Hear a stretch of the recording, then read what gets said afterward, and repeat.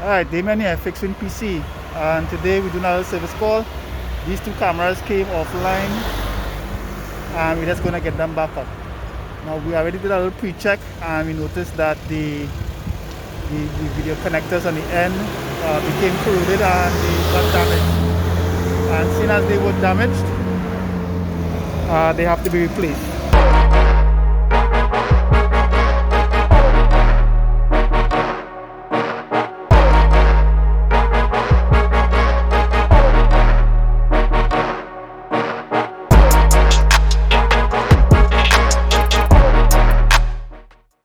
So as you can see, it's a little bit dusty.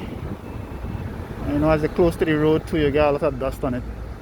So we'll try to seal up the boxes a little bit more to prevent as much dust and water from coming in.